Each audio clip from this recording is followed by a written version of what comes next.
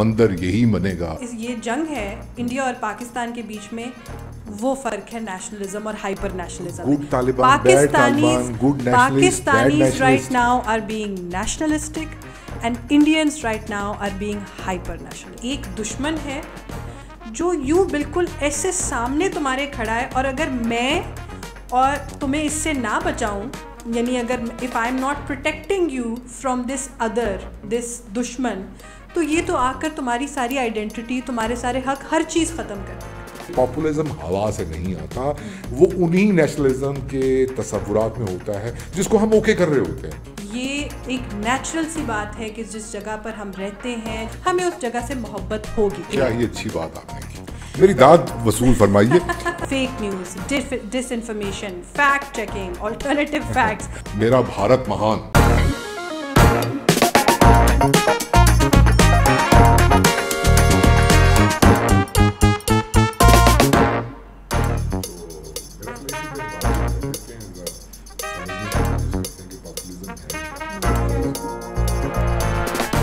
ایک ملک کسی دوسرے ملک پر جب وار امپوز کرتا ہے, جیسے کہ ہم پر انڈیا نے وار امپوز کی, تو مجبوراً وہ تمام لوگ جو جنگ کے خلاف ہیں, جو امن کے حق میں ہیں, جن کی خواہش یہ ہوتی ہے کہ وار مونگرنگ نہ ہو, انسان محفوظ رہیں, انسان ترقی کریں, جو غربت ہے دونوں ملکوں کے اندر وہ کم ہو, لیکن یہ ساری باتیں بے معنی ہو جاتی ہیں. اور جب کسی ملک پر وار امپوز ہوتی ہے تو ایسا لگتا ہے کہ ہمارے پاس کوئی اور چوائس ہے نہیں, ماسوائے اس کے کہ اس سچویشن میں جب ایک دشمن ہمارے سامنے موجود ہے, ہم اپنے آپ کو ڈیفینڈ کریں, اور اس دماغی حالت میں آئیں کہ ہمیں اس جنگ میں جیتنا ہے یا ہارنا ہے, لیکن ہمارے پاس مزید کوئی آپشن اور ہے نہیں. میرے کہنے کا مطلب یہ ہے کہ جب کوئی ملک کسی وار ہسٹیریا میں مبتلا ہوتا ہے, وار مونگرنگ کرتا ہے, تو اس کے پیچھے دہائیوں کا ایک سفر ہوتا ہے. اور اس سفر کو میں ایک نام اگر دوں, بہت اوور سمپلیفائی کروں, تو میرے ذہن میں تو وہ نام ہے پاپولزم کا. اور میں یہ سمجھتا ہوں کہ انڈیا آج گودی میڈیا کے تھرو, اور ان کا جو ایک پردھان منتری ہے جو ایک پاپولسٹ لیڈر ہے, اس نے ان 2-3 دہائیوں میں وار ہسٹیریا پھیلا کے, وار مونگرنگ کر کے وار کو جسٹیفائی کیا ہے. آپ کا کیا خیال ہے؟ بالکل کاشف صاحب, جو پچھلے ایک ہفتے کے ایونٹس ہیں, جو واقعات ہیں, میرے اور آپ کے جیسے جتنے بھی لوگ ہیں, اور بھی کئی ایسے لوگ ہیں پاکستان اور انڈیا میں موجود ہیں جو جنگ نہیں چاہتے, جو امن چاہتے ہیں, مجھے بہت افسوس کے ساتھ کہنا پڑ رہا ہے کہ یہ پہلی دفعہ مجھے اپنے لائف ٹائم میں ایسے لگ رہا ہے کہ peace now seems like a distant dream. کیونکہ اس وقت جو انڈیا ہے یہ وہ انڈیا نہیں ہے جس کے ساتھ ہم کوئی امن کی توقع رکھ سکتے ہیں. یہ وہ انڈیا نہیں ہے کہ جس کو ہم یہ کہتے ہیں کہ جس کے ساتھ ہماری ایک شیئرڈ ہسٹری ہے. یہ ایک ایسا نیا انڈیا ہے, اور بالکل جیسے آپ نے کہا کہ پچھلے 30 سال میں اس نئے انڈیا کو مینوفیکچر کیا گیا ہے اراؤنڈ سرٹن ہیٹ مونگرنگ, وار مونگرنگ لائنز, کہ اب مجھے افسوس کے ساتھ یہ کہنا پڑ رہا ہے کہ پیس سیمز لائک اے ڈریم. ہمارے جیسے وہ لوگ, کیونکہ ہمیں ایسا لگ رہا ہے کہ نہ صرف یہ کہ وہاں کی جو لیڈرشپ ہے اور وہاں کے جو پرائم منسٹر ہیں وہ پاکستان کے خلاف بہت انفیئر اور انڈیو باتیں کرتے ہیں, لیکن افسوس کے ساتھ یہ کہنا پڑ رہا ہے کہ بھارت کے لوگوں کے دلوں میں ہمارے لیے اتنی نفرت ہے. پہلی دفعہ میں نے ایسے دیکھا ہے کہ ہمیں کوئی ایسی آوازیں نہیں سنائی دے رہی جو اپنی حکومت کے اقدامات پر سوال اٹھائیں. آوازیں تو ہوں گی, دنیا کا سب سے بڑا ملک ہے, آوازیں یہ ممکن نہیں ہے. ان کو بائی ڈیزائن میں کہوں گی کہ سائلنس کیا جا رہا ہے, جس طرح آپ نے کہا کہ through godi media, through social media, جو کنٹرول ہے وہاں کی حکومت کا. تو میرے لیے یہ ایک انتہائی افسوسناک موڑ ہے اس وقت انڈیا پاکستان کے ریلیشنز میں, جہاں پر پاکستان نے ایک بہت میچور اور رسپانسبل کردار ادا کیا ہے بار بار انہوں نے ریسٹرینٹ جو ہے وہ شو کیا ہے. پاکستان کے لوگوں نے, سب سے پہلی یہ بات ہے, پاکستان کے لوگوں نے جب پہلگام اٹیک ہوا تو 5 منٹ کے اندر ہم نے یہ دیکھا کہ پورے پاکستان سے آوازیں اٹھیں, ان کے لوگوں کے دل دکھے, لوگوں نے دعائیں بھیجیں. لیکن ہم نے پھر دیکھا کہ 1 گھنٹے کے اندر جو ہے وہ الزام تراشی شروع ہو گئی. اور جب انڈیا نے اٹیک کیا پاکستانی سویلینز پر تو ہمیں وہاں پر جشن نظر آیا. ہمیں چھوٹے بچوں کی لاشوں کی تصویریں لگا کے لوگوں نے میمز بنائے, جوکس کیے. میں سمجھتی ہوں کہ this is not the same India. اور یہ وہ انڈیا ہے جو اپنے نان وائلنس کی وجہ سے جانا جاتا تھا. اور اگرچہ اس فلسفے پر بھی بہت ساری بات ہو سکتی ہے, گاندھی صاحب کا یہ فلسفہ تھا, گاندھی کی ہپوکریسی پہ بھی بہت ساری بات ہو سکتی ہے. اگر ہم ڈاکٹر صاحب امبیڈکر صاحب کی اگر ہم بات کریں یا اس کانٹیکسٹ میں چیزوں کو دیکھیں, پریار صاحب کے کانٹیکسٹ میں چیزوں کو دیکھیں تو وہ ایک ہپوکریسی میں نظر آتی ہے. بٹ اسٹل اپیرنٹلی تو وہ ایک اہنسا کی بات ہے نا, اہنسا کی بات کرنے والے لوگ تھے. آپ نے بالکل صحیح کہا. اور یہ ایک سفر ہے 3 دہائیوں کا تو کم از کم.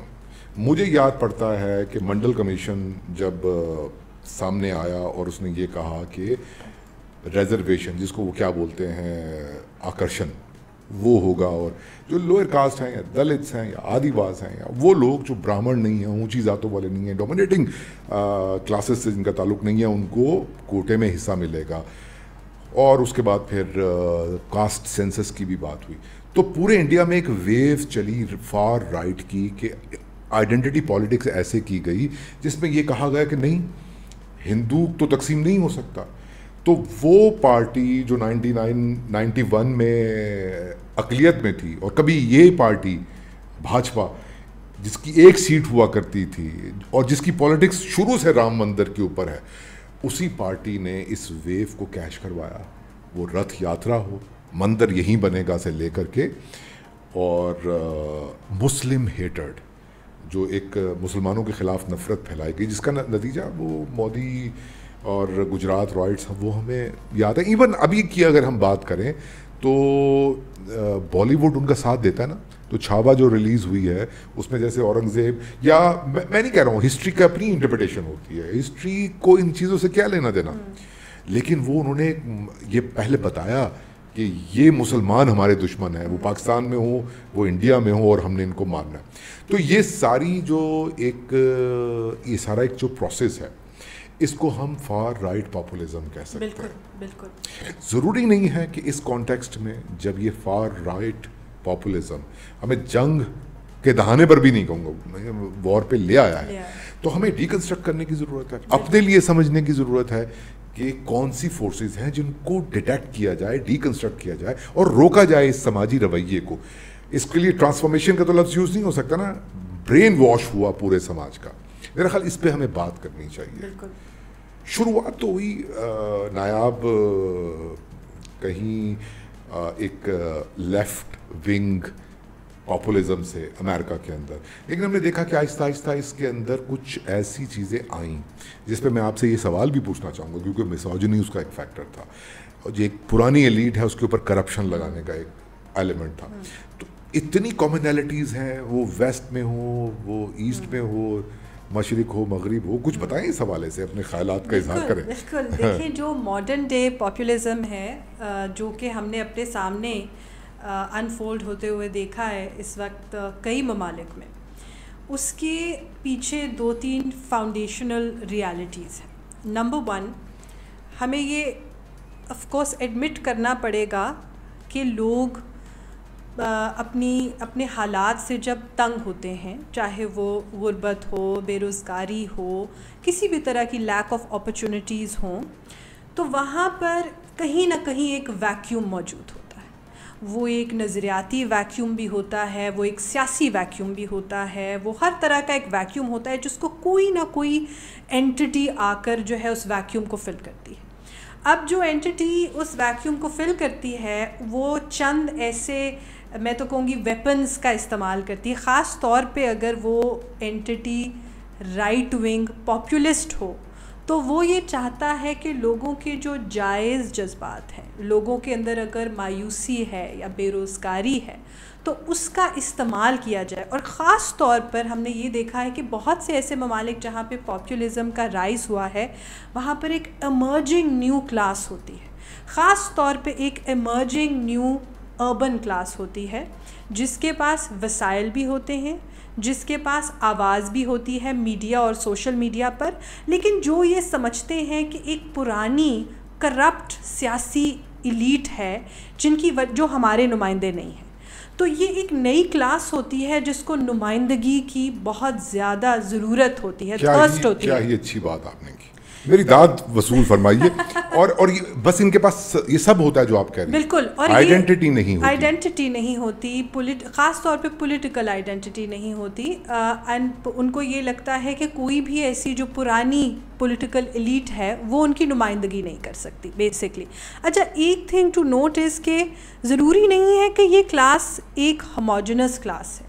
یہ جو نئی کلاس ہے، اربن کلاس ہے، کافی کیسز میں اربن کلاس ہوتی ہے، اس کے اندر بھی طبقے ہوتے ہیں مختلف. یعنی اس کے اندر ایک مڈل کلاس طبقہ بھی ہوتا ہے یا ایک ایسا طبقہ بھی ہوتا ہے جو واقعی پساوا ہوتا ہے، لیکن اس کے اندر پھر زیادہ جو ہے وہ ایفلوئنٹ طبقات بھی ہوتے ہیں جن کے پاس وسائل ہیں، جو یہ سمجھتے ہیں کہ ہم نے مالی طور پر تو اپنی شناخت بنا لی ہے، اپنی جگہ بنا لی ہے معاشرے میں، لیکن ہماری سیاسی نمائندگی، ہمارے پاس وہ طاقت نہیں ہے، ہمارے پاس عزت ہے معاشرے میں، ہمارے پاس دولت ہے، ہمارے پاس ایجوکیشن ہے، لیکن سم ہاؤ ہمارے پاس وہ سیاسی نمائندگی نہیں ہے جو ہم کھوج رہے ہیں. So as you said it is a quest for identity.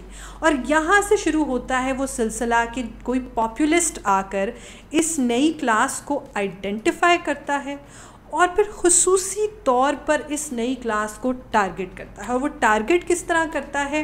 بالکل جیسے ہم نے یہ کہا کہ ایک سب سے بڑا نعرہ ان کا یہ ہوتا ہے کہ ایک ایلیٹ ہے جو تم لوگوں کو لوٹ کے کھا رہی ہے، کرپشن، جس کے اندر وہ ایک اینٹی ایلیٹ جو کہ عموماً لیفٹ کا ایک نعرہ ہوتا ہے. تو رائٹ ونگ پاپولسٹ بھی جو ہوتے ہیں وہ لیفٹ کے اس نعرے کو میں تو کہوں گی اپروپریٹ کرتے ہیں، چھینتے ہیں اور اپنے مقاصد کے لیے استعمال کرتے ہیں. اور ہم نے یہ دیکھا ہے کہ لوگوں اور انہی لوگوں میں یہ کہنا کہ تمہارا ایک حق ہے، تمہاری شناخت، تمہارا سب کچھ، یہ پرانی ایک ایلیٹ اور جو ان کے فالوورز ہیں جو جاہل ہیں، گوار ہیں، ان ایجوکیٹڈ ہیں، جن کو جو برین واشڈ سلیوز ہیں، ان کی وجہ سے تم لوگوں کا جو رائٹ فل شیئر، جو مقام ہونا چاہیے تھا معاشرے میں، وہ تمہیں نہیں ملا. اور انڈیا میں کیا ہوا؟ یہی بتایا گیا. یہ جو فار رائٹ پاپولسٹ جو پارٹی ہے، خاص طور پہ اس کے نمائندے جو آج بھارت کے وزیر اعظم ہیں، انہوں نے اسی طرح ٹارگٹ کیا ایک ایمرجنگ انڈین کلاس کو، جس میں بہت سے اربن لوگ تھے جو تنگ تھے، وہ بے روزگاری سے بھی تنگ تھے، لیکن وہ لیک آف آئیڈینٹی سے بھی تنگ تھے. وہ پرانی پارٹی سے اور پرانے لوگوں سے خود کو جوڑ نہیں پا رہے تھے، آئیڈینٹیفائی نہیں کر پا رہے تھے. And there he targeted the religious sentiment. He targeted and said کہ باقی جو پارٹیز ہیں ان میں تو موروثی سیاست ہے، کرپشن ہے، اس طرح کی ایسی چیزیں، اور صرف ہم اور پھر ایک کلاس ہے مسلمانوں کی. کیونکہ پاپولزم کے اندر آپ نے دشمن بھی کریٹ کرنا ہے. ہاں بالکل، ایک دشمن کریٹ کرنا ہے. یہ ہم نے ہٹلر کے پاپولزم میں بھی دیکھا، یہ ہم نے مسولینی میں بھی دیکھا. ہٹلر نے کمیونسٹ کو، جوز کو، کوئی بہت سارے اس طرح کے لوگ، جب لوگ وار کے بعد ڈھونڈ رہے تھے کوئی اینمی، تو انڈیا کے اندر پاپولزم نے ایک نئی ایمرجنگ کلاس کو جو کہ تلاش کر رہی تھی اپنی شناخت کو، اس کو ایک شناخت دی جو تھی ایک ہندوتوا شناخت، اور ایک اینٹی مسلم اور اسلامو فوبک شناخت، اور ایک ایسی شناخت کہ بھئی اگر یہ سب نہ ہوتے تو انڈیا اور تم سب لوگ ایک گریٹ پاور بن سکتے ہو، لیکن تمہاری آڑ میں صرف کھڑی ہے پرانی سیاسی ایلیٹ، کرپٹ لوگ، جاہل گوار جو ان کے سپورٹرز ہیں، اور انفارچونیٹلی ریلیجس مائنورٹیز. میں اگری کرتا ہوں، آپ کی بات سے اتفاق کرتا ہوں، اور آپ پریشان نہ ہوں کیونکہ میں اگری نہیں کرتا ہوتا اکثر، اور میں نے بیچ میں آپ کو یہ بھی کہہ دیا کہ میں نے داد بھی دی آپ کو. تو آپ کی پریشانی دور کرنے کے لیے میں ذرا let me show my real self. Absolutely. آپ کو کیا لگتا ہے کہ کیا کیا ایلیمنٹس ہیں پاپولزم کے, خاص طور پہ ماڈرن ڈے پاپولزم کے؟ نہیں, میں بالکل اسی طرف آنا چاہ رہا تھا, اور میں آپ سے یہی بات کرنا چاہ رہا تھا کہ آپ نے اس کو جو باتیں کہی نا, اس میں مجھے صرف ایک چیز ایڈ کرنی ہے یا ایک چیز سے اختلاف کرنا ہے. یہ جو نئی کلاس بنتی ہے وہ کلاس کیسے بنتی ہے؟ اچانک سے تو نہیں بن جاتی. ظاہر سی بات ہے کہ جب انڈیا بنا تھا, آزاد ہوا تھا انڈیا, تو اس وقت جو اپر کاسٹ, برہمن لوگ یا ڈومینیٹنگ کلاسز تھیں, وہ پھر بیچ میں بزنس بھی ہوتا ہے, نئے طبقات بنتے رہتے ہیں. اس کلاس کو جو آئیڈینٹی بھاجپا نے یا مندر یہی بنے گا, یا یہ جو for right religious identity territorial nationalism کی تھی, وہ نئی نہیں تھی, وہ ایک کانگریس والی ہی آئیڈینٹی تھی. میرا بھارت مہان, یا ہم یہاں پر بولتے ہیں کہ دھرتی ماں, یا جو بھی بولتے ہیں, یا امریکہ میں کچھ بھی بولا جاتا ہے, وہ آئیڈینٹی وہی ہے. صرف فرق یہ ہوتا ہے کہ وہ اس کو اون کرتے ہیں اور اس کو فار رائٹ کی طرف لے کے چلے جاتے ہیں. اور جو اس کے اب وہ والی بات کہ اس میں کیا کیا ایلیمنٹ شامل کرتے ہیں. Number 1, hyper nationalism. آپ دیکھ لیجئے کہ نیشنلزم کے اوپر میرا خیال ہے, آپ کا کیا خیال ہے ویسے؟ میں اگر آپ سے یہ پوچھوں کہ ہائپر نیشنلزم ایک بیسک ایلیمنٹ یا بیسک انگریڈینٹ نہیں ہے؟ ایون ابھی یہ جو ریسنٹ جنون ہے بھاجپا کا اور انڈیا کا, اس کا بیسک ایلیمنٹ بھی ہائپر نیشنلزم ہی ہے. بالکل ہے نا. بالکل. میں تھوڑا سا یہ بھی سمجھتی ہوں کہ ہمیں ایک, آپ کی بات سے میں تھوڑا سا اختلاف کروں گی, جو آپ نے کہا کہ ساری پارٹیز یہ کرتی ہیں, ہمیں تھنگز ایز یوزول والی لائن نہیں لینی چاہیے, because there is nothing usual. یہیں پہ تو لڑائی ہوگی. نیشنلزم اور ہائپر نیشنلزم میں فرق ہے, اور آج جو یہ جنگ ہے انڈیا اور پاکستان کے بیچ میں, وہ فرق ہے نیشنلزم اور hyper nationalism. Pakistanis right now are being nationalistic and Indians right now are being hyper nationalistic. اور اس میں ڈفرینس کیا ہے؟ ڈفرینس جو بھی ہو, ریزلٹ جنگ ہے. نہیں, لیکن ہم تو جنگ چاہتے ہی نہیں تھے. وہی تو میں کہہ رہا ہوں نا, وار تو امپوز ہوئی ہے. وار تو امپوز ہوئی ہے, اسی لیے میں کہہ رہی ہوں, جو ہم کیونکہ پاپولزم کی بات کر رہے ہیں, ہم فار رائٹ حکومتوں کی بات کر رہے ہیں, تو ہمیں یہ ضرور ڈفرینس, جو نیشنلزم ہر ملک کے لوگوں کے اندر ہوتا ہے, لیکن جو پاپولزم جو اس وقت انڈیا کے اندر ہم دیکھ رہے ہیں, جسے ہم ہائپر نیشنلزم یا جنگوازم یا وار ہسٹیریا کہہ رہے ہیں, دیٹ مینس کہ آپ کے اندر سے اپنی ریاست پر سوال کرنے کی ابیلٹی ہی ختم ہو گئی. آپ ایک وہ چیز مانتے ہیں جو ریاست آپ کو بتاتی ہے, آپ کوئی سوال نہیں کرتے, آپ کوئی ڈفرینس آف اوپینین نہیں سننا چاہتے, اور آپ جنگ کو ایک بہت ہی ایسی چیز, جو ایک نیچرل چیز سمجھتے ہیں, کہ جو آپ کے اپنے ملک کی بقا کے لیے, ایک آپ ایگزسٹینشل کرائسس میں ہیں کہ آپ کے ملک کی بقا کے لیے جو ہے وہ یہ جنگ ضروری ہے اور یہ اچھی چیز ہے, اور اس کے اندر جس قسم کا نقصان بھی ہوتا ہے کسی کا, خاص طور پہ دوسری سائڈ کا, اگر اس میں بچے شہید ہوتے ہیں, خواتین شہید ہوتی ہیں, سویلینز شہید ہوتے ہیں, تو دیٹ از آل ورتھ. اچھا ٹھیک ہے, میں وقتی طور پہ آپ کی بات مان لیتا ہوں, لیکن جب میری باری آئے گی نا, تو میں اس پہ ضرور بات کروں گا کہ میں کیوں ہائپر نیشنلزم اور نیشنلزم کو ایک ہی چیز سمجھتا ہوں. ٹھیک ہے, میں آگے بڑھتا ہوں, کیونکہ ہم جب بات کر رہے ہیں اس کے ایلیمنٹس پہ, تو پہلے ایک دفعہ ہم کھول لیں, ڈی کنسٹرکٹ کر لیں. دوسرا اس کا ایلیمنٹ آپ کو دکھائی پڑے گا, وہ ہے مسوجنی.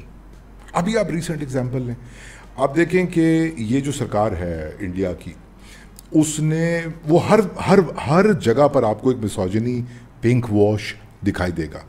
اس میں بھی آپریشن سندور کی اگر آپ بات کریں, کس قدر ایک مسوجنسٹک ایکسپریشن ہے وار کا.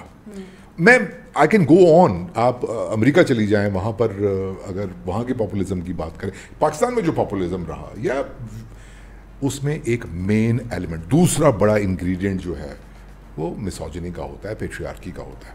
فار رائٹ پاپولزم میں دیکھ رہے ہیں پوری دنیا میں, وہ ہے ایک ہائپر مسوجنی, ہائپر سیکسزم, جس میں دیکھیں پہلے ہی جو وار مانگرنگ ہے اور جو وار کی امیجری ہوتی ہے, ہمیں یہ سمجھنے کی ضرورت ہے کہ وہ ایک بڑی ہائپر میسکولن قسم کی امیجری ہوتی ہے.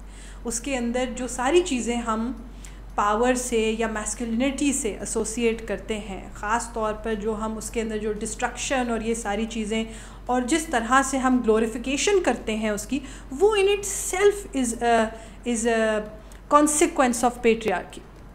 ٹھیک ہے, وار مانگرنگ اور اس طرح کا جنگوازم جو ہے.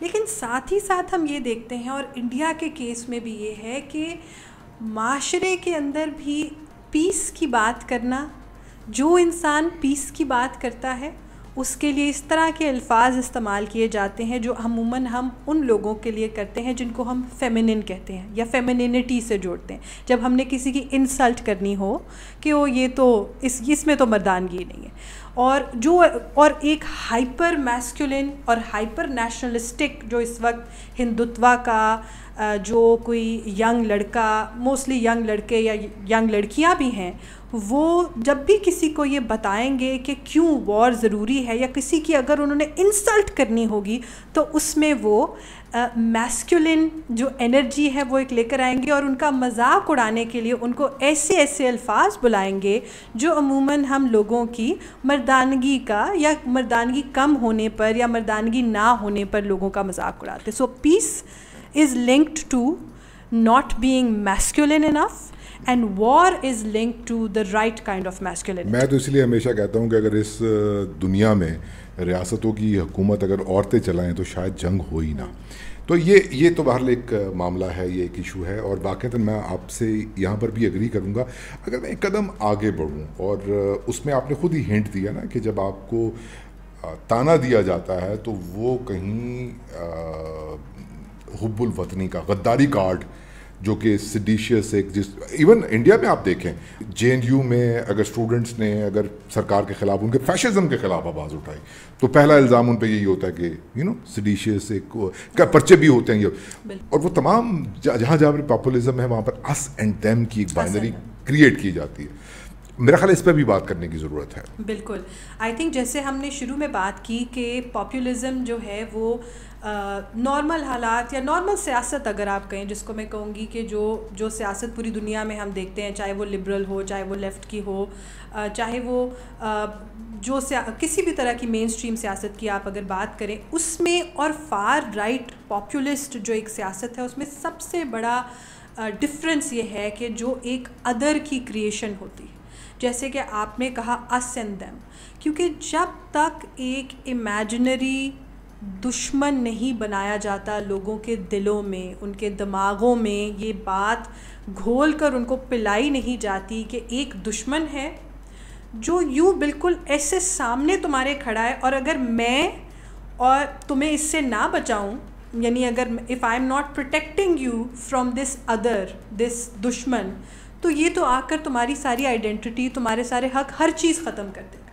سو ایک عجیب سی وہی ادرائزیشن کی جو ایک وہ کریٹ کی جاتی ہے, اور اس میں ایک بہت انٹرسٹنگ چیز یہ ہوتی ہے, اسے ہم کہتے ہیں فریجائل میجورٹیرینزم, یعنی کہ آپ میجورٹی میں بھی ہیں, آپ طاقتور بھی ہیں, ریاست بھی آپ کی سپورٹ کرتی ہے, لیکن فریجائل بھی آپ ہیں, انسیکیور بھی آپ ہیں کانسٹنٹلی. یعنی اس وقت انڈیا میں جو مائنورٹیز کی حالت ہے, آپ مجھے یہ بتائیں کہ ان کی کیا یہ حالت ہے کہ وہ کسی قسم کی ایسی دشمنی کر سکیں کہ جس سے ریاست کو کہیں پر بھی جہاں جہاں پاپولزم ہے نہیں. مجھے کنال کامرا کا ایک اسٹینڈ اپ کامیڈی کی لائن یاد آ جاتی ہے. میں بغیر وہ, چونکہ کنال میرے فیوریٹ اسٹینڈ اپ کامیڈین ہے, بیچ میں سے گالیاں وہ بہت دیتے ہیں, وہ حذف کر کے میں اگر آپ کو, تو انہوں نے کہا کہ ایک میں واٹس ایپ میسیج آیا مجھے کہ جس میں کنال کامرا بتا رہے ہیں کہ ان کی والدہ ان کو یہ کہہ رہی ہیں کہ ہندو خطرے میں ہیں.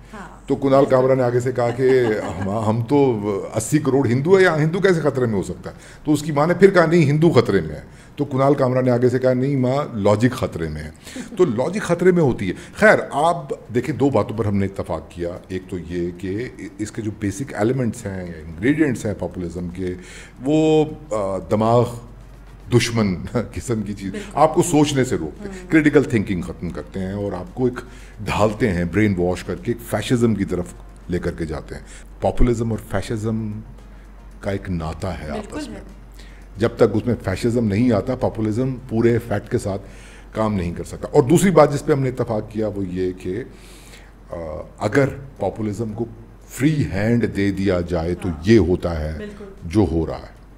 اچھا اب آپ نے تو اپنی باتیں کی, میں کچھ اپنے دل کے پھپولے اگر آپ مجھے اجازت دیں. میں کیوں کہہ رہا تھا کہ ہائپر نیشنلزم اور نیشنلزم میں کوئی خاص فرق نہیں ہوتا. مجھے یاد ہے, ٹھیک ہے نا, باتیں بھولتا نہیں ہوں میں, لیکن یہ ہے کہ میں بھول بھی جاتا ہوں. لیکن سیریسلی میں عرض یہ کرنا چاہ رہا ہوں کہ دیکھیے, سوال بھی میرا یہ ہے اور اس سوال کے اندر ایک جواب بھی میرا یہ ہے کہ یہ سب کچھ جو ہو رہا ہوتا ہے, ایک انڈیا لارجسٹ کنٹری ہے, اگر ہم آبادی کی بات کریں تو دنیا کا سب سے بڑا ملک ہے, اور جب ایک دنیا کے سب سے بڑے ملک کو آپ کنورٹ کر رہے ہیں, آپ فیشزم کی طرف لے کے جا رہے ہیں, اس میں ریسورسز یوز ہوتے ہیں. یہ ریسورسز کہاں سے آتے ہیں؟ انڈیا میں یہ ریسورسز کہاں سے آئے؟ بھاجپا کے پاس 30 سالوں میں ایک پوری اتنی بڑی آبادی کو انہوں نے کٹر ہندوتا کی طرف لے کر گئے, بغیر پیسوں کے لے کے چلے گئے. چلے ہمارے پاس تو پیسے آئے نا افغان جنگ کے بعد, تو ہم نے جنرل ضیاء نے اس کے نتیجے میں یہاں پر جو کچھ بھی مذہبی شدت پسندی پھیلائی, ہماری بھی تاریخ ہے. لیکن اگر ہم انڈیا کی بات کریں تو اس کے پیچھے آپ کو نہیں لگتا کہ ایک پوری فری مارکیٹ موجود ہے؟ امبانی اور اڈانی کے ساتھ وہ سارے ریسورسز مل کے الیکشنز کو ہائی جیک کیا گیا, ڈیموکریسی کو ہائی جیک کیا گیا, لوگوں کی ریئل ریپرزنٹیشن کو ہائی جیک کیا گیا, اور میڈیا اور فلم انڈسٹری, میڈیا کے 2 حصے ہوتے ہیں, انٹرٹینمنٹ میڈیا, نیوز میڈیا, ان دونوں کے ذریعے سے یہ پروف کیا گیا, یہ اس اینڈ دیم کی سچویشن کریٹ کی گئی. آپ اگری کرتی ہیں اس بات سے؟ میں بالکل اس چیز سے اتفاق کرتی ہوں, کیونکہ کوئی بھی جو اس طرح کی جو نظریہ ہے اس کو اگر آپ نے معاشرے میں اچھی طرح لوگوں کو گھول کے پلانا ہے تو اس کے لیے آپ کو وسائل چاہیے. وسائل کے بغیر یہ نہیں ہو سکتا. اگر آپ نے ایک نظریاتی جنگ لڑنی ہے معاشرے کے اندر تو اس کے لیے آپ کو وسائل چاہیے. وہ کہاں سے آتے ہیں؟ اس وقت جو ہندوتوا, جو آپ نے بالکل یہ بات کی کہ کٹ جوڑ ہے انڈیا کے اندر, جو ظاہر ہے کارپوریٹ انٹرسٹ ہیں, کیپٹلسٹ انٹرسٹ ہیں, بلینئرز کے انٹرسٹ ہیں جو کہ لنکڈ ہیں ود دی انٹرنیشنل مارکیٹس. اس کے ساتھ ہی ساتھ ایک ایور ایکسپینڈنگ فلم انڈسٹری ہے اگین, جس کے اندر اسی کارپوریٹ میڈیا کے بھی انٹرسٹ ہیں اور ان کو بھی اپنا یہ نظریہ ایکسپینڈ کرنے کی خواہش بھی ہے. ساتھ ہی ساتھ ایک تیسرا ایلیمنٹ ہے جو جس پہ ابھی ہم آئیں گے, وچ ڈیزروز اٹس اون شو, جو کہ انڈین میڈیا ہے. اس نیوز میڈیا کے اندر جسے ہم گودی میڈیا جسے ہم گودی میڈیا کہتے ہیں, وہ بھی یہی کہانی ہے کہ اس کے اندر اس طرح ویسٹڈ انٹرسٹ ہے. سو تمام انسٹیٹیوشنز جو معاشرے کو چلاتے ہیں اس میں ظاہری سی بات ہے ایک پورا انجیکشن ہوتا ہے وسائل کا. وسائل کے بغیر آپ نظریاتی جنگ لڑ ہی نہیں سکتے, اور اتنی کامیابی سے نہیں لڑ سکتے. ایک ایسے ملک کو آپ یاد کریں کہ it was in the recent past کہ جب ہم بات کیا کرتے تھے انڈیا کے بارے میں تو ہم یہ کہتے تھے کہ دیکھو انڈیا کے اندر جمہوریت ہے, سیکولرزم ہے, ٹالرنس ہے, امن ہے, اتنے مختلف طرح کے لوگ رہتے ہیں اور آپس میں ڈائیورسٹی ہے, لیکن پیسفلی رہتے ہیں, ایٹسیٹرا ایٹسیٹرا. اینڈ مجھے افسوس کے ساتھ کہنا پڑ رہا ہے کہ اسپیشلی ان 10 سالوں میں, اس سے پہلے بھی ظاہر ہے وسائل جو ہیں وہ تھے اسی طرح ہندوتوا آئیڈیالوجی کے پاس, لیکن حکومت میں آنے کے بعد, ریاست جب سے ہندوتوا آئیڈیالوجی کے پاس آئی ہے, اس کے بعد سے جو آپ کے پاس ایکسیس ہے لوگوں کے ذہنوں کا, سوشل میڈیا کو ہم سوشل میڈیا, اور وہ بالکل ایک element, I think the next element that we should speak about, جو پاپولیزم کا تھرو آؤٹ یونیفارمٹی ہے, وہ ہے استعمال میڈیا کا. بالکل. اچھا, بہت اچھی گفتگو ہوگی. اگر میں کنکلوڈ کروں اس کو تو میں 2 باتیں کرنا چاہوں گا. ایک تو مجھے خوشی ہے کہ آپ نے اس بات پہ اتفاق کیا, کیونکہ بھاجپا کی تاریخ دیکھیں, 1 سیٹ میں بات کر رہا تھا اور پھر 90s کے بعد اچانک سے کانگریس کا بالکل ختم ہونا اور ایک فار رائٹ پارٹی کا آنا. یہ کوئی اتفاق نہیں ہے کہ 90s ہی میں انڈیا میں فری مارکیٹ اکانومی آئی. 90s کے یہ کوئی اتفاق نہیں ہے کہ 90s میں ہی وہاں پر لبرل آرڈر آیا, اور وہ سب وہ جو ایک کانگریس کی پالیسی تھی معاشی, جس کے اندر وہ یہ کہتے تھے کہ مینوفیکچرنگ انڈیا کے اندر ہوگی, ہم نے دیکھا کہ وہ بڑی ایک مارکیٹ میں چینج ہوئی اور اس کے ساتھ سب ڈائنامکس بدل گئی, پھر جو گرد اڑی ہے. بالکل. اچھا, مجھے ایک اجازت دیجیے, آپ اس پہ کچھ کہنا چاہیں گی تاکہ پھر میں اس کو کنکلوڈ کروں آخر میں. آپ اگری کرتی ہیں؟ بالکل اتفاق ہے کہ کیپٹلزم, پاپولزم, خاص طور پہ late stage capitalism I would say is perfectly intertwined with populism. کیونکہ آپ دیکھیں نا کہ جس طریقے سے ڈسپیرٹی بڑھتی ہے نا, اصل بات یہ ہے کہ کیونکہ جو سرمایہ کاری کا جو نظام ہے وہ اکثر ہمارے سیاسی نظام میں پوری دنیا میں اتنا زیادہ وہ جڑیں اس کی اتنی مضبوط ہو چکی ہے کہ وہ at the end of the day ہمارے جمہوری نظام کو امپیکٹ کرتا ہے. اچھا, لیکن اس کے جو ایک آپٹکس ہے نا وہ بڑے شاندار ہوتے ہیں. ابھی بات ہو رہی ہے انڈیا دنیا کی تیسری بڑی اکانومی بننے جا رہا ہے 2028 میں. جو ہے نا اکانومی کی گروتھ, کینسر کی بھی گروتھ ہوتی ہے نا, نہیں کرتے, کینسر کی بھی گروتھ ہوتی ہے, بالکل ٹھیک ہے نا, اور بجٹ اور یہ بڑا, لیکن بھائی اس میں وہ چند جیبوں میں پیسہ جا رہا ہے. تو مجھے تو لگتا ہے کہ بھائی دونوں کے اندر یہ کانسپریسی تھیوری نہیں ہے. آپ امریکہ میں دیکھ لیں, ابھی بلینئرز نے بالکل ڈونلڈ ٹرمپ کا بھرپور ساتھ دیا. پاکستان میں بھی اے ٹی ایم مشینیں ہوا کرتی تھیں لیکن وہ بند پڑی ہیں. لیکن آگے چلتے ہیں. تو کہنے کا مطلب یہ ہے کہ انڈیا میں بھی یہ ایک فیکٹر تھا.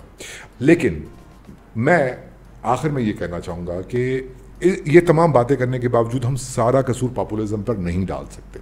مجھے لگتا ہے کہ جب انڈیا پاکستان بنا اور جب یہ ملک ڈیوائیڈ ہوا, جس کو وہ وبھاجن بولتے ہیں, ہم تقسیم بولتے ہیں, تو اس وقت دو نیشنلزمز آمنے سامنے آئے.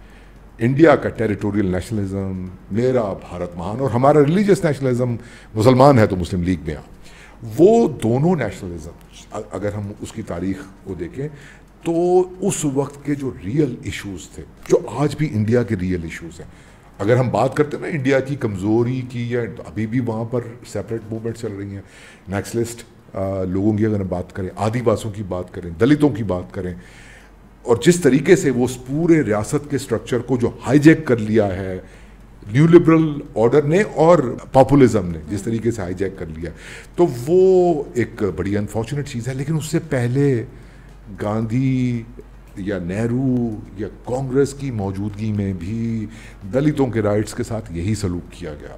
اگرچہ وہاں پر بات ہوتی ہے کہ جو سمویدھان ہے ان کا, کانسٹیٹیوشن ہے, وہ امبیڈکر صاحب نے بنایا, لیکن اس کے باوجود امبیڈکر صاحب یہی کہتے ہوئے گئے کہ یہ جو ڈسپیرٹی ہے, یا جو کاسٹ سسٹم ہے, جو کلاس سسٹم ہے انڈیا کے اندر, کوئی بھی پولیٹیکل پارٹی کسی بھی نیشنلزم کے تصور کے ساتھ اس کو حل نہیں کر سکتی. So the most unfortunate part of this thing is کہ پاپولزم ہوا سے نہیں آتا, وہ انہی نیشنلزم کے تصورات میں ہوتا ہے جس کو ہم اوکے کر رہے ہوتے ہیں. ہم اس وقت بھی کاسٹ بلائنڈ تھے 1947 میں, ہم ابھی بھی کاسٹ بلائنڈ ہیں. ہم اس وقت بھی لوگوں کے بڑے گروپس کو, لوگوں کی بڑی آبادی کو صرف ایک آئیڈینٹی کے اندر ضم کر رہے تھے کہ جب جو پاکستان میں رہتا ہے وہ مسلمان آئیڈینٹی ہے. بعد میں پھر یہاں پہ پختون, بلوچ, سرائی کی آئیڈینٹی آپ کے سامنے نکل, اور پورا انڈیا میں ہندوستان میں صرف ہندو نہیں رہتے. تو یہ جو ایک پنجابی کا ایک ورڈ ہے کڑمس مچانا, اس پورے نیشنلزم کی صورت میں, اس پورے, تو اس کی وہ پھر میں یہ لائن بھی غالب کی بار بار بولتا ہوں کہ میری تعمیر میں مضمر ہے ایک صورت خرابی کی. ہمیں اس کے اوپر سوچنا چاہیے. ہم اگر سیریسلی چاہتے ہیں کہ ہمارے خطے میں امن ہو, اور ہمارے سر پہ یہ اتنی بڑی مصیبت پاپولزم کی, ہمارا پاپولزم چلے بیچارہ ایک ہی جھٹکے میں, مطلب جنہوں نے بنایا انہوں نے اس کو ختم بھی کر دیا. وہ تو فرینکسٹائن بن چکے ہیں, وہ خود ہی گرے تو گرے اپنے وزن پر. لیکن یہ ہے کہ ان کی وجہ سے نہ صرف انڈیا کی پاپولیشن بلکہ یہاں کی 25 کروڑ آبادی ایک تھریٹ میں ہے. تو یہ باتیں کوئی نہیں کر رہا. یہی کہا جا رہا ہے کہ اس میں تھوڑا سا اختلاف بھی کروں گی آپ سے. آپ زیادہ کریں, ہاں گفتگو ہونی چاہیے. دیکھیں, پہلی بات یہ ہے کہ اس کے لیے پھر آپ کو جو ماڈرن نیشن اسٹیٹس کا کانسیپٹ ہے اس کو انڈو کرنا پڑے گا نا, وہ ابھی ہم نہیں ایوالو کر دیں, کر سکتے ہیں. ایوالو کرنے کی بات کریں. چلیں کہ کرنٹ اسٹیٹ میں بھی جہاں پر ملک یا ریاست کا کانسیپٹ ہے, وہاں پر کسی قسم کی محبت جو آپ فیل کرتے ہیں اپنے ملک کے لیے, جسے ہم نیشنلزم یا پیٹریٹزم کہتے ہیں, وہ موجود ہے اور وہ پوری دنیا میں موجود ہے. بٹ اور میں یہ نہیں سمجھتی کہ وہ بری چیز ہے, کیونکہ جب تک ٹیریٹوریل باؤنڈریز ایگزسٹ کرتی ہیں, نیشن اسٹیٹس ایگزسٹ کرتے ہیں, یہ ایک نیچرل سی بات ہے کہ جس جگہ پر ہم رہتے ہیں, جہاں پر ہماری ایک جس جگہ سے ہمارا واسطہ ہے, ہمارا ایک ایموشنل کنیکشن ہے, اکنامک کنیکشن ہے, سائیکولوجیکل کنیکشن ہے, ہمیں اس جگہ سے محبت ہوگی. لیکن ڈفرینس کہاں پہ آتا ہے؟ ڈفرینس یہاں پہ آتا ہے کہ آپ کے نیشنلزم کے اندر مختلف آئیڈینٹیٹیز، مختلف شناخت کے لوگوں کو ابزارب کرنے کی کیپیسٹی ہونی چاہیے. آپ کے دل کے اندر اپنے ملک کی جو محبت ہے اس کے اندر اپنے تمام جو لوگ ہیں ان کی محبت ہونی چاہیے، ریگارڈلیس آف کہ ان کا مذہب کیا ہے، ان کا طبقہ کیا ہے، ان کا جینڈر کیا ہے، ان کی ایتھنیسٹی کیا ہے. میں یہ سمجھتی ہوں کہ یہ کیپیسٹی بہت سے لوگوں میں ہے. یہ دیکھیں ریاست کا تو کام ہے سیلف پریزرویشن، یہ تو ایک نیچرل سی بات ہے، لیکن پھر تھرو گڈ پالیٹکس سیاست کا یہ کام ہے کہ مختلف طرح کے لوگ، مختلف طرح کی شناخت کے لوگ، مختلف طرح کی نظریے کے لوگوں کو جب ہم ریپرزینٹ کرتے ہیں. جمہور کس کو کہا جاتا ہے؟ جمہور اسی کو کہا جاتا ہے نا کہ مختلف طرح کے لوگوں کی جب نمائندگی ہوتی ہے تو وہ ایک آئیڈیا جو ہمارا نیشنلزم کا ہوتا ہے اس میں کئی طرح کے لوگ، ان کو ہم امیجن کر سکتے ہیں. اگر پاکستان کا جو جھنڈا ہے اس کے اندر ہرا رنگ ہے تو اس کے اندر سفید رنگ بھی ہے، اور ہم بار بار یہ بات کرتے ہیں کہ یہ سفید رنگ اتنا ہی ضروری ہے جتنا ہرا رنگ ہے. تو میں اس پہ آپ سے اختلاف ضرور کروں گی. میں یہ نہیں سمجھتی کہ نیشنلزم اور ہائپر نیشنلزم ایک ہی چیز ہے، اور پچھلے ایک ہفتے کے جو واقعات ہیں انہوں نے یہ پروو کیا ہے کہ نیشنلزم اور ہائپر نیشنلزم میں فرق ہے. نیشنلزم وہ ہے جو پاکستانی عوام نے دکھایا، جس میں وہ ڈیبیٹ بھی کر سکتے ہیں، وہ اپنی حکومت یا ریاست کے ساتھ ان کے اختلاف بھی ہیں، آپس میں بھی ان کے اختلاف ہیں، لیکن جب ضرورت تھی تو وی آل اسٹوڈ ٹوگیدر، وی آل اسٹوڈ یونائٹیڈ. اور ہم نے بار بار یہ کہا، ہم نے وار مانگرنگ نہیں کی، ہم نے انوسنٹ لوگوں کی شہادتوں کو سیلیبریٹ نہیں کیا. ہائپر نیشنلزم وہ ہے جو انڈیا کے اندر ہو رہا ہے، جو پاپولزم کی وجہ سے ہو رہا ہے، جو بری سیاست کی وجہ سے ہو رہا ہے، جس میں کسی اور طرح کا پوائنٹ آف ویو سننا، کسی اور انسان کی شناخت کو برداشت کرنا، اپنی ریاست کو، یہ وہی جو ہم بات کر رہے تھے، ایک ایسی کیفیت میں ہے اس وقت جو ہیجانی کیفیت، ایسی کیفیت میں ہے کہ they are feeling threatened by our very existence. نایاب، میں آپ کی اس بات سے اگری کر لیتا ہوں کہ نیشنلزم اور ہائپر نیشنلزم ایک چیز نہیں ہے، فرق ہوتا ہے. میں دل سے نہیں مانوں گا یہ بات، لیکن میں اگری کر لوں گا. لیکن میں آپ کے ساتھ آپ کو یہ ریکویسٹ بھی کروں گا کہ یہ گفتگو اس وقت بہت اچھی ہو جائے گی کسی ایسی سوسائٹی کے اندر بیٹھ کے. میں بوتھ انڈیا اینڈ پاکستان کی بات کر رہا ہوں، میں پوری دنیا کی بات کر رہا ہوں، جہاں پر ہم ایسی گورنمنٹس کی بات کریں جہاں پر واقعی جو پولیٹیکل ریپرزنٹیشن ہے، جمہور کی بات آپ بار بار کر رہی ہیں، جمہور کے پاس ہو، کوئی لبرل آرڈر ہائی جیک نہ کرے، صرف امیر طبقے کو مسلط نہ کرے، ان کو اچھا دکھا کے پیش نہ کرے. یا کئی ملکوں کے اندر جمہوریت اتنی فرجائل ہوتی ہے کہ وہاں پہ کو وغیرہ ہو جاتا ہے، وہ نہ ہو. کوئی جیسے انڈیا کی بات ہو رہی ہے، ایک مارکیٹ اور پولیٹیشین مل کے کوئی ایسا گٹھ جوڑ کا لفظ آپ نے یوز کیا تھا. تو جب ملکوں کی، ریاستوں کی ٹرو ریپرزنٹیشن کرنے والے عوامی لوگ ہوں گے نا، تو مجھے یقین ہے کہ یہ کانسیپٹس آٹومیٹکلی ایوالو ہو جائیں گے، یا یہ میٹر ہی نہیں کریں گے. میٹر اگر کچھ کرے گا تو وہ ڈسپیرٹی کرے گی جو امیر اور غریب کے درمیان ہے. ویسے ایک اور بات کر رہی ہوں، جو سوشلسٹ ممالک ہیں آپ کے خیال میں ان میں نیشنلزم نہیں ہے؟ بالکل انفارچونیٹلی ہے، اور وہ میں وہی تو بات کر رہا ہوں. میں اگری کرتا ہوں اس بات سے. کاشف صاحب، اٹس اے نیچرل تھنگ، جب تک نیشن اسٹیٹس رہیں گی تب تک نیشنلزم رہے گا. جب تک انسانی دماغ اور انسانی سماج ایوالو نہیں کر جاتا تب تک یہ. But I think again I have to say this, کیوں ضروری ہے کہ ہم سب ایک ہوں یا ہمارے بیچ میں سے سرحدیں نکل جائیں؟ آف کورس میں یہ بات نہیں کر رہا، نہیں، سرحدیں ہونے کے باوجود بھی ہم ایک دوسرے سے محبت کیوں نہیں کر سکتے؟ نہیں، میں یہ ہرگز نہیں کر رہا. میں بالکل، یعنی نیشنلزم کی ایگزسٹنس جو ہے وہ آٹومیٹکلی، اس کا مطلب یہ تو نہیں ہے کہ آپ کے لیے دوسرے انسان کے لیے محبت نہیں ہو سکتی. میں بالکل یہ بات نہیں کر رہا، لیکن چونکہ کانٹیکسٹ ہمارا یہ ہے نا کہ ایک کولونائزیشن رہی ہے، صدیوں کی, اور جس میں رولنگ جو نیشنز تھیں وہ تو کانٹیکسٹ وہ کانٹیکسٹ ہے وہ, اور وہ بہت ہیوی قسم کا کانٹیکسٹ ہے, بہت ہی ڈپریسنگ قسم کا کانٹیکسٹ ہے, اور وہ ڈٹرمن کر رہا ہے جو ڈومینیٹنگ نیشنز ہیں, ڈومینیٹنگ کلاسز ہیں, اس کو ڈٹرمن کر رہا ہے. Half of the world was colonised نا, تو پھر یہ پوری دنیا کولونائز تھی, پھر یہ تو ہر کسی کا کانٹیکسٹ. تو سر میں یہی تو کہہ رہا ہوں نا کہ سوچیں اگر اب 2025 میں بھی ہم جسٹیفائی کریں گے کہ ہم اپنے پرانے تصورات کو ٹھیک ہے ذرا ان کو قابل قبول بنا کے ڈرائی کلین کر کے استعمال کر لیتے ہیں, we are problem solving species, اور میرا خیال ہے ہمیں اس حوالے سے کچھ, لیکن ڈبیٹ اس طرف نہیں لے کے جاتا, کیونکہ اس وقت بات ہو رہی ہے ہائپر نیشنلزم کی. ہائپر نیشنلزم کا یا پاپولزم کا ایک بہت بڑا ٹول جس پہ ہم نے بات نہیں کی وہ ہے میڈیا. آپ یہ دیکھیے کہ جو باتیں میں کر رہا ہوں نا, یا جو باتیں آپ کر رہی ہیں, یہ قابل قبول نہیں ہے. آپ سوچ سکتی ہیں کہ آپ فرض کیا ابھی آپ کو کال آتی ہے, ایک بندہ ہے اس کا نام ہے ارنب گوسوامی, اگر آپ اس کو ارناب کہیں گی تو ناراض ہو جاتا ہے میرا نام, وہ آپ کہتا ہے کہ جی میرے پروگرام میں آپ کیا بات کریں گے اس کے ساتھ, کوئی کیا ڈیبیٹ کریں گی.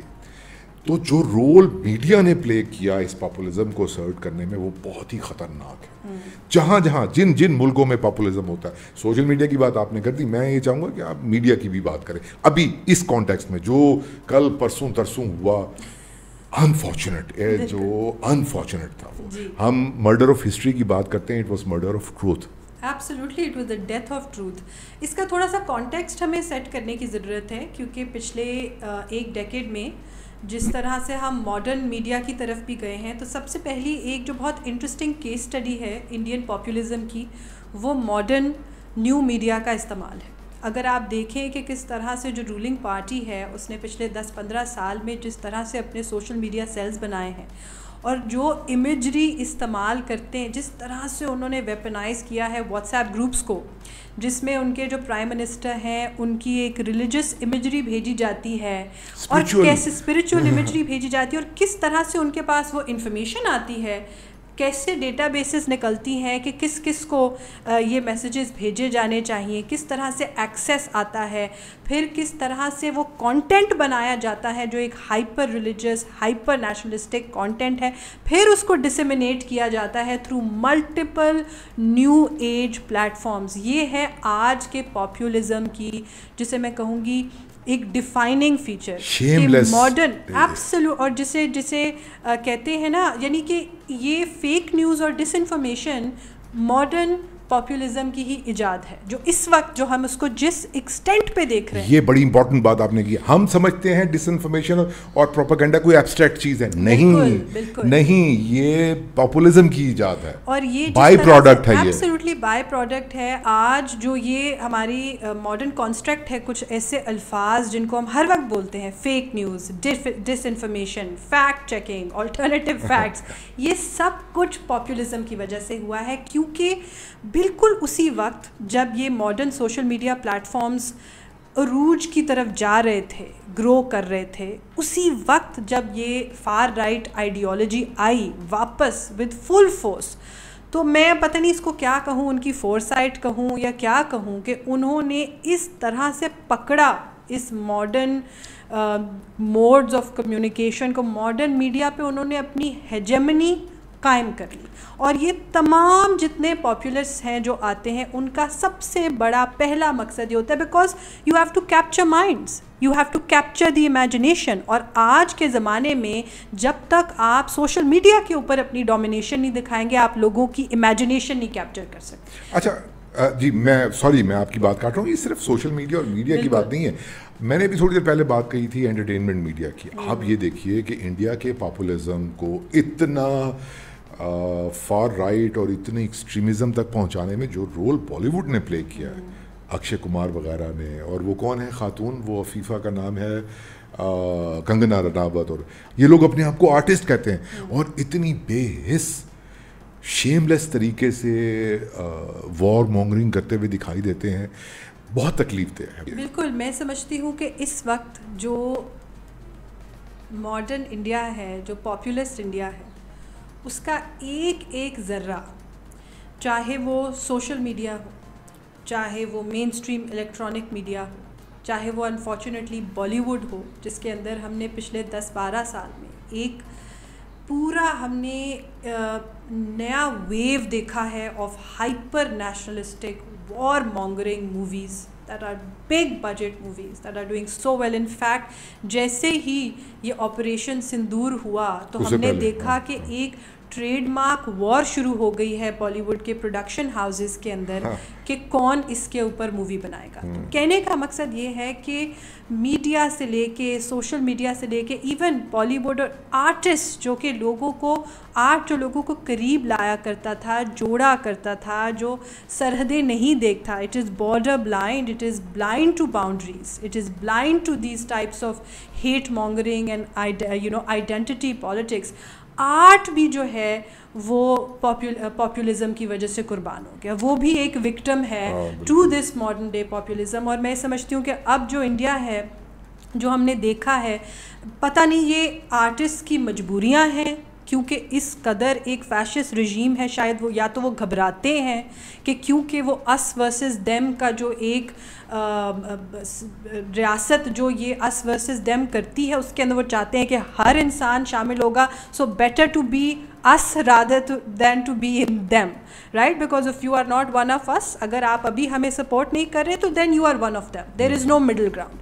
So مجھے نہیں پتا کہ وہ انڈر پریشر ہیں جو سیلیبریٹیز ہیں یا آرٹسٹ ہیں یا جو بھی ہے. میں بتا دیتا ہوں اس کا فیکٹر, وہ آپ بات کمپلیٹ کر لیں. آپ یہ کہہ رہی ہیں کہ جو بھی ہیں وہ انڈر پریشر ہیں, جو بھی ہے, whether وہ یہ مانتے ہیں چاہے ہندوتوا آئیڈیالوجی نے واقعی ان کو اتنا انفلوئنس کر لیا ہے یا سین وائسز کی سائلنسنگ بہت زیادہ ہو گئی, وہ ہم تک پہنچ نہیں رہی, یا وہ گھبراتے ہیں کہ ان کو برانڈ کر دیا جائے گا غدار. دا پوائنٹ از کہ اس وقت جو بھی آوازیں ہمارے پاس آ رہی ہیں from mainstream India, they are disappointing اور وہ وار مانگرنگ. میں آپ کو ایک عرض کروں کہ اس کا ریزن بنیادی طور پر ایک ہی ہے کہ جب بھی کمرشل آرٹ سامنے آئے گا, بالی ووڈ کمرشل, تو کمرشلزم میں تو ظاہر سی بات ہے کہ جو ایک ڈٹرمن کر رہی ہے مارکیٹ کو چیز, وہ پاپولزم کر رہی ہے, تو وہ آرٹسٹ اس کے ساتھ جائے گا. آرٹسٹ ایسا ہی ہے, پاپولزم سے پہلے بھی آرٹ نے ہمیشہ اپنے آپ کو ریاست کو دربار کو بیچا ہی ہے. تھوڑے بہت ہوتے ہیں, کچھ 2-4 نادان لوگ ہوتے ہیں, اور صرف آرٹ کی بات نہیں, آپ سپورٹس دیکھ لیں, وہاں پر وہ مطلب کون سا کھلاڑی ہے, چونکہ وہ بھی آئی پی ایل جو ہے وہ کمپلیٹلی ایک کمرشل اینٹی بن چکی ہے, تو جو چیز بھی مارکیٹ کے ساتھ جڑی ہوئی ہے وہ پاپولزم کے ساتھ جڑی ہوئی ہے, جو پاپولزم کے ساتھ جڑی ہوئی ہے وہ وار مانگرنگ کے ساتھ جڑی ہوئی ہے, جو وار مانگرنگ کے ساتھ جڑی ہوئی ہے وہ اس وقت اینٹی پاکستان ہوئی ہوئی ہے. دس از انفارچونیٹ. میں آخری جملہ اگر بولوں تو وہ ایک بات ہے نا کہ جو شاخ نازک پر آشیانہ بنتا ہوتا ہے وہ دیر پا نہیں ہوتا. یہ تہذیب یہ اقبال کی لائنیں ہیں کہ اپنے خنجر سے آپ خودکشی کرے گی والی بات, یہ بہت خطرناک ہے انڈیا کے لیے. بالکل, یہ خود اپنے ہے نا, انڈیا اس وقت ریئلائز نہیں کر رہا, بٹ یہ والی حکومت, یہ پاپولسٹ حکومت ان کو تباہی کی طرف لے کے جا رہی ہے. ایبسلیوٹلی. مجھے بہت افسوس کے ساتھ یہ کہنا پڑ رہا ہے کیونکہ as someone who advocates for peace, میں یہ نہیں چاہتی کہ کوئی بھی ملک اور جو ہے وہ اس ڈائریکشن میں جائے کہ جہاں وہ اس کے اندر سے ایک سینس آف ریشنلٹی ختم ہو جائے. اور وہ سینس آف ریشنلٹی ایک کلاس نے ختم کی ہے. بالکل. انڈیا میں ابھی بھی 25 کروڑ مسلمان ہیں. انڈیا میں ابھی بھی آلموسٹ 50% وہ لوگ بولتے ہیں, میرے خیال میں اس سے بھی زیادہ آنکڑے سامنے آئیں گے اگر کاسٹ سینسس ہوگا. 50% دلتس ہیں جن کو دبا کے رکھا ہوا ہے صدیوں سے ان لوگوں نے, وہ ان کی آئیڈینٹی میں شامل نہیں ہوتے, وہ اس نیشنلزم میں نہیں آتے ہیں, ان کی آواز کو دبایا جا رہا ہے. ایک انڈیا اور وہ سریشٹھ انڈیا کا جو بھی کانسیپٹ یہ پیش کرتے ہیں, اٹس فالس, جھوٹ ہے یہ, اور یہ پاپولزم کی دین ہے. ہماری لڑائی انڈیا سے نہیں ہے, ہماری لڑائی پاپولزم سے ہے. بالکل بالکل.